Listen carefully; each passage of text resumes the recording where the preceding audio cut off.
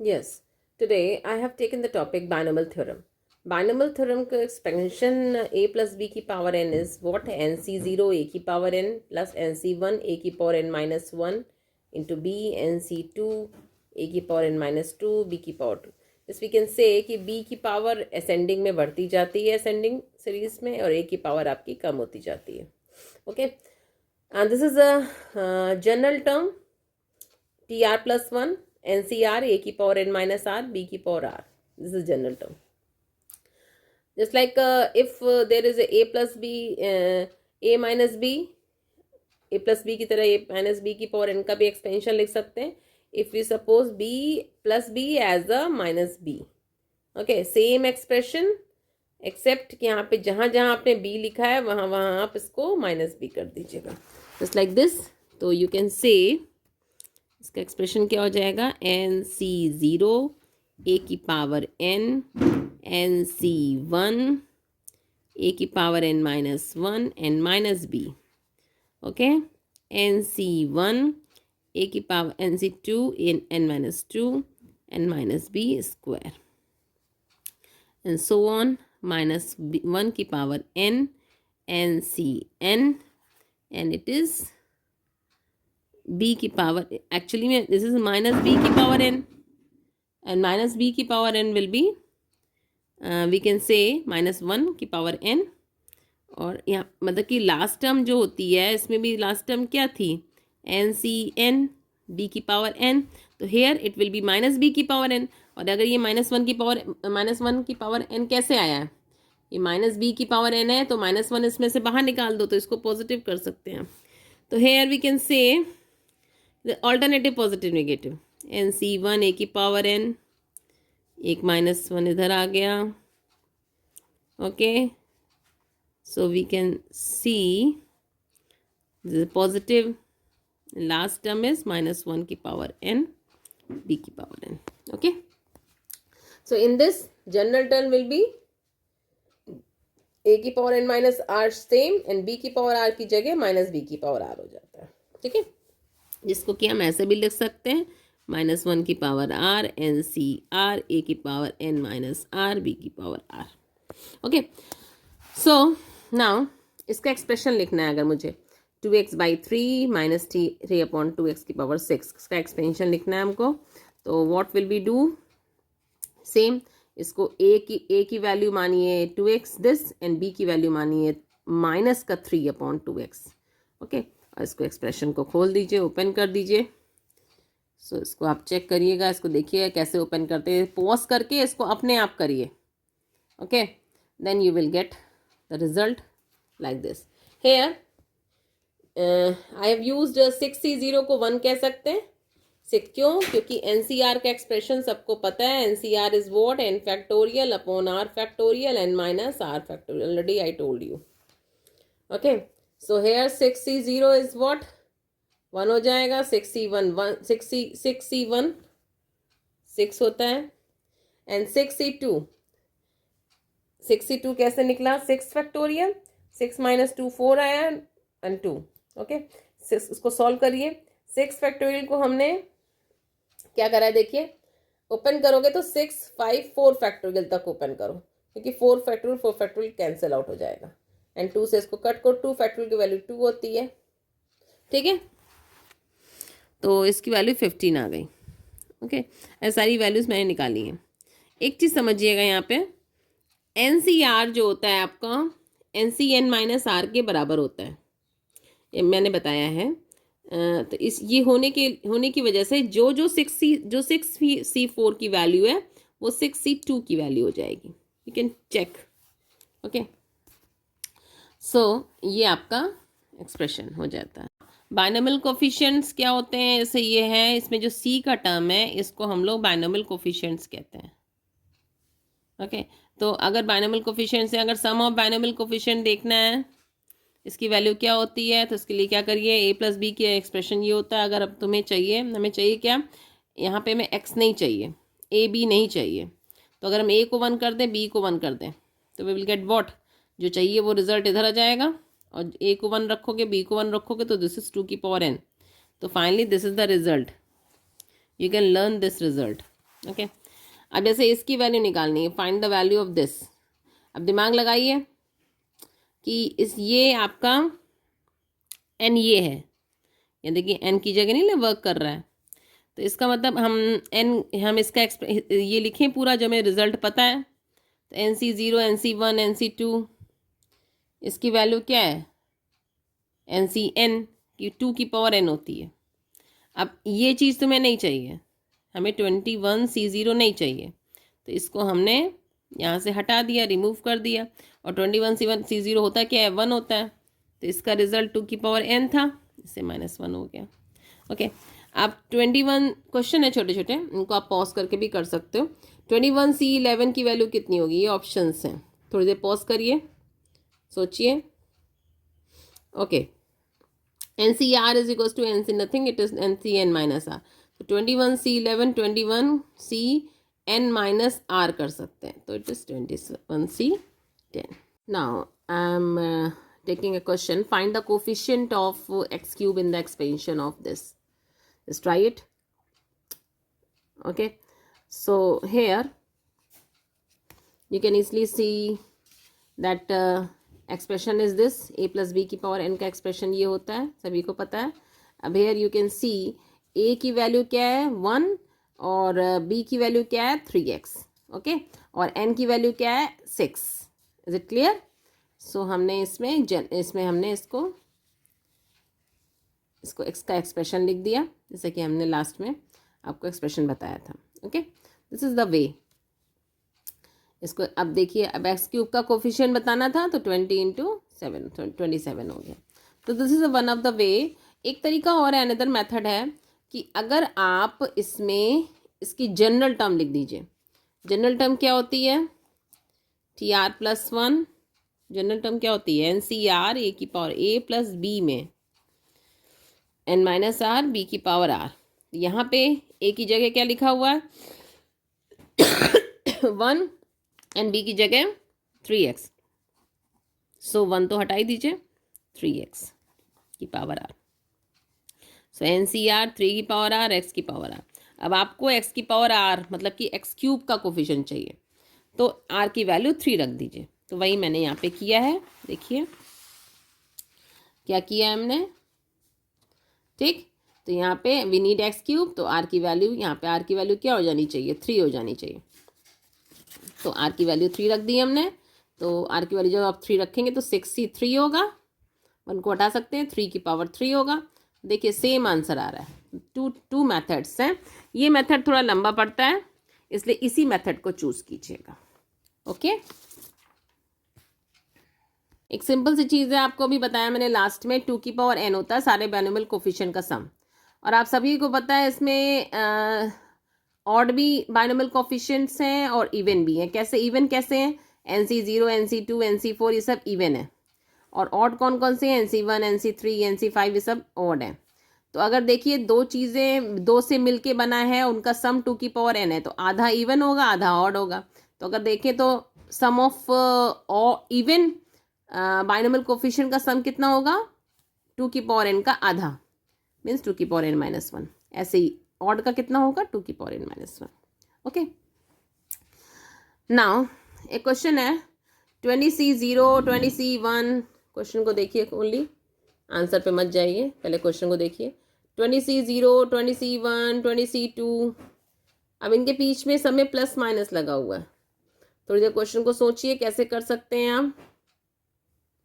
Okay दिमाग लगाइए। सबसे पहले दिमाग तो इसमें यही लगना चाहिए, क्या लगना चाहिए कि इसमें n की वैल्यू कितनी है 20, मतलब कि ऐसा कुछ है कि n की वैल्यू 20 है, ठीक है।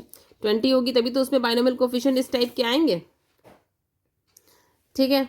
अब देखिए 10 तक गया है, ये गया कहाँ तक है 10 तक, ठीक। सबसे पहले तो प्लस माइनस आया है, ये कैसे आया देखिए। अब 1 माइनस एक्स की पावर 20, ये एक्सप्रेशन मैंने आपको शायद अभी नहीं बताए हैं, लेकिन मैं बता दे रही हूँ। ये कुछ एक्सप्रेशन याद रखिएगा, जैसे ये होती है, ये सीरीज़ तो स्टैंडर्ड सीरीज़ है। अगर a की वैल्यू 1 रख दीजिए और b की वैल्यू x रख दीजिए, तो इस एक्सप्रेशन को ध्यान रखिए। और ऐसे ही ऑल्टरनेट में 1 माइनस एक्स को ध्यान रखिए, कुछ है नहीं, ए को 1 रख दिया, बी को एक्स रख दिया, इसमें ए को -1 रख दिया, बी को माइनस एक्स रख दिया। ओके, जब ये आपको ध्यान होगा, यहाँ देखिए कहीं भी ए भी नहीं है, यहाँ पे एक्स है। अब देखिए जब क्वेश्चन को देखोगे आप तो देखो ये ऑल्टरनेट पॉजिटिव निगेटिव वाला है ना, दिमाग लगाइए, यहाँ पे देखिए ऑल्टरनेट पॉजिटिव निगेटिव है और इस क्वेश्चन में है क्या, ऑल्टरनेट पॉजिटिव निगेटिव। तो तुरंत दिमाग में आपकी ये सीरीज आनी चाहिए कि 1 माइनस एस की पावर n 20 क्यों, क्योंकि एन सी 0 से स्टार्ट हुआ है। तो इसका एक्सप्रेशन में ये एक्सप्रेशन यही होगा इसका। ओके, अब x को 1 पुट कर दीजिए तो यहाँ 0 आ जाएगा। तो कुछ कुछ देखिए हम लोग पहुँच रहे हैं रिजल्ट में, क्वेश्चन में। तो ये देखिए यहाँ पे ये आ जाएगा, इसकी वैल्यू 0। ठीक, नाउ इससे देखिए एक रिजल्ट भी बड़ा बढ़िया सा निकल के आया है कि ऑल्टरनेट जो पॉजिटिव निगेटिव होती हैं, ये ऑल्टरनेट पॉजिटिव निगेटिव का जो बाइनोमियल कोफिशिएंट सम होता है वो 0 होता है। ये किससे निकल के आया, इससे। अगर इसमें x बराबर 1 रख दो तो ये लर्न करने वाला है। ठीक है, तो यहाँ तक आप पहुँच गए, ऑल्टरनेट पॉजिटिव निगेटिव का सम 0। नाउ हमको अब देखिए क्वेश्चन में 10 तक का आ गया है, ये तुम्हारा 20 तक है। वी डोंट नीड 20 तक, हमको 10 तक में ब्रेक करना है। क्वेश्चन थोड़ा इंटरेस्टिंग है, अच्छा है, थोड़ा दिमाग लगा समझिएगा। NCR is nothing, it is NCN minus R होता है। ओके, तो 20C11 20C9 के बराबर होगा कैसे भाई, 20C11 को हम 20C20 माइनस 11 कह सकते हैं इस नियम से। तो इट इज़ इक्वल टू, तो हम कह सकते हैं कि 20C11 20C9 के इक्वल होता है। तो यहाँ देखिए कहीं ना कहीं 20C11 आ रहा होगा ना, तो 20C11 किसके बराबर होगा, 20C9 के। ठीक है, ऐसे ही बहुत सारे होंगे, जैसे कि 20C20 किसके बराबर होगा, 20C20, यस 20C20 0 के बराबर होगा, क्योंकि 20 में से 20 घटा दो। ओके, तो देखो 20C0 यहाँ है, 20C20 यहाँ है, ये दोनों पॉजिटिव के हैं, ये 2 टाइम्स हो जाएंगे, तो इसलिए इनको 2 टाइम्स लिख दिया। ठीक है, अब देखिए 20C19 किसके बराबर होगा, 20C1 के बराबर होगा। 20C1 भी निगेटिव है, 20C19 भी निगेटिव है, तो 2 टाइम्स हो गया। ऐसे ही तुमको इसको छोड़ के सबके पेयरिंग बनेंगे। क्यों हम ऐसा कर रहे हैं पता है तुमको, क्योंकि हमको पता है इसकी पावर n होती है, तो टोटल नंबर ऑफ टर्म्स कितनी होती है, n+1। मतलब कि अगर 20 है तो टोटल नंबर ऑफ यहाँ पे टर्म्स कितनी होंगी, 21 होंगी। तो 21 में से 10 का पेयर तो बन जाएगा, 10 दूनी 20, 1 रह जाएगी। मेरी बात समझना, अगर यहाँ पे 5 लिखा है, अगर यहाँ पे 4 लिखा हुआ है, जो सपोज 4 लिखा है, तो 1 2 3 4 5 टर्म होंगी इसमें, क्योंकि n+1 टर्म्स होती है, बता चुके हैं। तो 5 टर्म में होगी तो 2 4 के तो पेयर हो जाएंगे, 4 तो आपस में पेयर हो जाएंगे, 1 तो हमारा बच जाएगा जो अनपेयर्ड रहेगा। वही एक जो है वो 20C10 है। ओके, तो 20C10 की पेयरिंग नहीं है तो ये अलग हो जाएगा, बाकी सब 2 टाइम्स हो जाएंगे। ओके, तो ये आ गया आपका, यहाँ तक सभी को यहाँ तक आगे समझना। ओके, नाउ अब देखिए सब में 2 है, इसमें 2 नहीं है, तो 20C10 दोनों तरफ जोड़ दो, तो ये 2 बन गया, तो इसके अंदर आ जाएगा 20C10। अब तुम्हें ये चाहिए, 2 से डिवाइड कर दो, you will get the answer. Okay, तो इस दिमाग से क्वेश्चंस करने हैं। क्वेश्चन तुम लोगों से पूछा है, find the coefficient of x की पावर 2 एंड x की power 3 in the expansion of this. इसको ट्राई करना, इसका आंसर मैंने साइड में लिखा है, इसको करिएगा ट्राई, फिर मुझे नहीं आया तो मुझसे पूछिएगा। Okay, find the coefficient of x की power 3 in the expansion of this. इसके एक्सपेंशन में आपको इसका कोफिशिएंट निकालना है, सिंपल। जो पता है उसको लिखा करो कि जनरल टर्म इसके एक्सपेंशन में ये होती है, तो जनरल टर्म इसके एक्सपेंशन में क्या होगी, a की जगह x² रख दो और b की जगह 1/2x लिख दो। तो देखो यहाँ a की जगह हमने x² लिख दिया, b की जगह हमने 1/2x लिख दिया, तो जनरल टर्म निकाल ली। अब इसमें से x के कोफिशिएंट, x की पावर बटोरो, x की पावर को कलेक्ट करो। ओके, तो जब तुमने एक्स की पावर कलेक्ट करोगे तो 9 2 18 और माइनस का 2r, और ये देखिए यहाँ से जब एक्स की पावर देखो इसमें से कैसे कलेक्ट करोगे, ये हो जाएगी एक्स की पावर 18 माइनस 2r, ये 1 की पावर r, ये 2 की पावर r, ये एक्स की पावर r। ओके, ये 2 की पावर r तो छोड़ दो, सिर्फ एक्स की पावर देखो इसमें, तो 18 माइनस 2r, और ये नीचे है तो ये माइनस r होगी। तो हमने एक्स की पावर को करेक्ट कर लिया। अब इसमें तुम्हें इस एक्स की पावर बनाना क्या है, 3 बनाना है। तो एक्स की पावर को 3 बनाना है, 3 के बराबर कर दिया, इसको सॉल्व किया, यू विल गेट बेस अगर सेम हो तो पावर को इक्वल कर देते हैं, तो आर की वैल्यू आ गई 5। इसका मतलब जब आर की वैल्यू 5 होगी तो एस की पावर 3 का कोफिशिएंट निकल आएगा। अब कोफिशिएंट क्या होता है उसको छोड़ के, तो एक्स तो आर बराबर 5 रखा हमने, इसमें पूरे में आर बराबर 5 रखिए तो 9c5 होगा, और पूरे में रख दो, सॉल्व करो, तो जो को यहाँ पे सॉल्व करोगे तुम तो एक्स की पावर 3 मिल जाएगी। लेकिन कोफिशिएंट क्या होता है, इसको छोड़ के इसको बोलेंगे कोफिशिएंट। तो कोफिशिएंट ये हो गया आपका, इसको सॉल्व कर लो, you will get the result. Okay, इसको देख करके ये क्वेश्चंस कीजिएगा। एक क्वेश्चन और देखिए, ये क्वेश्चन है, दिमाग लगाइए और तुरंत देखिए, जैसे ही ऑल्टरनेट पॉजिटिव नेगेटिव देखा करिए वैसे ही अपने दिमाग में ये वाला एक्सप्रेशन लाया करिए, 1 माइनस एक्स की पावर n, क्योंकि इसमें ये होता है फॉर्मूला NC0, ठीक है, minus NC1 NC2 x2। Okay, ठीक है, तो ये दिमाग में लाया करिए। अब यहाँ पे 10 क्यों होंगे, क्योंकि 10 ही की बात चल रही है, NC0 की बात चल रही है। ठीक, इसको सॉल्व करिए क्वेश्चन को। Find the coefficient of x की power 4 in the expansion of this, यहाँ पे इट इज 10। अब इसको भी करिए अपने आप से, आंसर आपके सामने है। Number of terms in the expansion 30 है तो 31 होगी। फाइंड थर्ड टर्म, अब थोड़ा डिफरेंट क्वेश्चन आ गया, थर्ड टर्म निकालनी है, फिर इसमें जनरल टर्म से ही क्वेश्चन को करना है। जनरल टर्म निकाली, अब थर्ड टर्म चाहिए तो T3 चाहिए। T3 कैसे होगा, जब R की वैल्यू कितनी होगी, 2 होगी, तो R की वैल्यू 2 पुट कर दीजिए, you will get the result. Okay, इसको पॉज करिएगा, देन क्वेश्चन करिएगा और फिर your check your answer. Find the 7th term in this expansion, फिर जनरल टर्म लिखी, ठीक है, a प्लस बी की ये होती है, तो a की वैल्यू यहाँ 4x/5 है और b की वैल्यू -5/2x है। ओके, n की वैल्यू 9 है। ओके, देन आपको जनरल टर्म ये होती है और आपको 7th टर्म निकालनी है। T7 कैसे बन सकता है, जब R 6 होता है, 6 पुट कर, आंसर यहाँ से आपके सामने है। फाइंड द 9th टर्म, इसको अपने आप करिए। Find the coefficient of x cube, देखिए कोफिशिएंट वाला क्वेश्चन हो चाहे टर्म वाला क्वेश्चन हो, आपको जनरल टर्म से ही करना है। Find the coefficient of x की पावर -20, इस क्वेश्चन को भी करिएगा। नाउ थोड़ा सा एक चीज़ है, नेक्स्ट टॉपिक है एक तरह से, middle term in the binomial theorem. Binomial theorem नहीं लिखेंगे, बाइनोमियल एक्सपेंशन।